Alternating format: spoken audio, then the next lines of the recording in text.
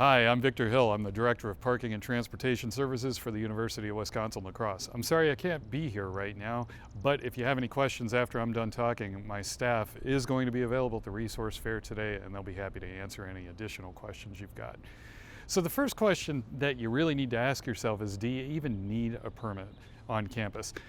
The common reason for that is people either need a car because they legitimately have a job or they are coming and going constantly, and in some cases, they just want that added security of being able to go home on the weekend. And what I would say to that is maybe you really don't need a car after all because other options exist. For example, your student fees are already paying for the bus service that's local around here, whether or not you use it. So take a look at the local bus routes to see if they're going to fit your needs, whether you have a job or there are errands in the area that you might like to run occasionally. The residence halls do have rideshare boards or Facebook pages, social media pages, where opportunities to be able to share rides home on the weekend are good options for you. The other thing to check out is whether or not a bicycle or some other form of transportation might be good for you to be out and about. The next question people like to ask is, what is the chance that I can actually get a permit, let alone a place to park on campus? And the answer to that is it really depends on how fast permits sell. The way that we do it is based on the number of credits that you come in with. So the first full week of July after the holiday is when permit sales begin. We do it based on the number of credits. That means that first full week, anyone that has more than 60 credits can order a permit. The week after that, anyone with 30 credits can order a permit. Not 29, but 30. Finally, everyone else, including first-year students, is eligible to purchase a permit that final week in July. We're going to send you an email with instructions that explain all of this, as well as provide the proper dates for this so you'll know when exactly you can log in. And yes, those sales do begin at midnight that day, so once the clock strikes, be online with your net ID and do it.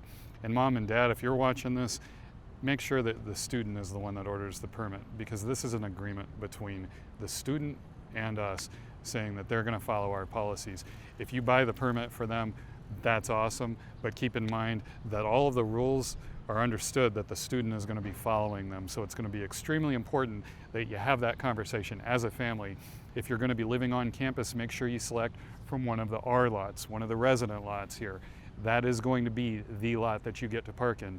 If a lot is not listed and you have a preference for it, that means it's already sold out. So pick from what's available. The parking ramp is also an option. There's going to be two different options. It's going to be the third level of the ramp, as well as levels 4 and 5. Level 4 and 5 counts as a separate area, and it's going to be first come, first served parking in each of those areas, which means if you pick level 3 of the ramp, that's going to be the only level that you can park in.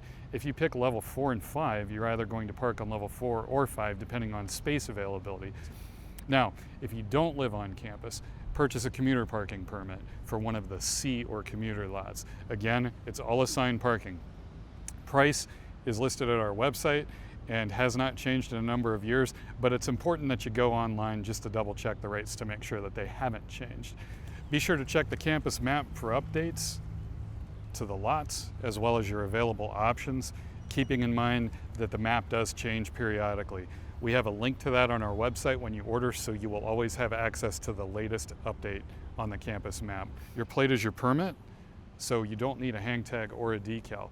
It's important that you keep your vehicle information updated with us. So make sure that you provide the vehicle that you're going to be driving to campus. If you have to add another vehicle, send us an email or contact our office or stop in during business hours.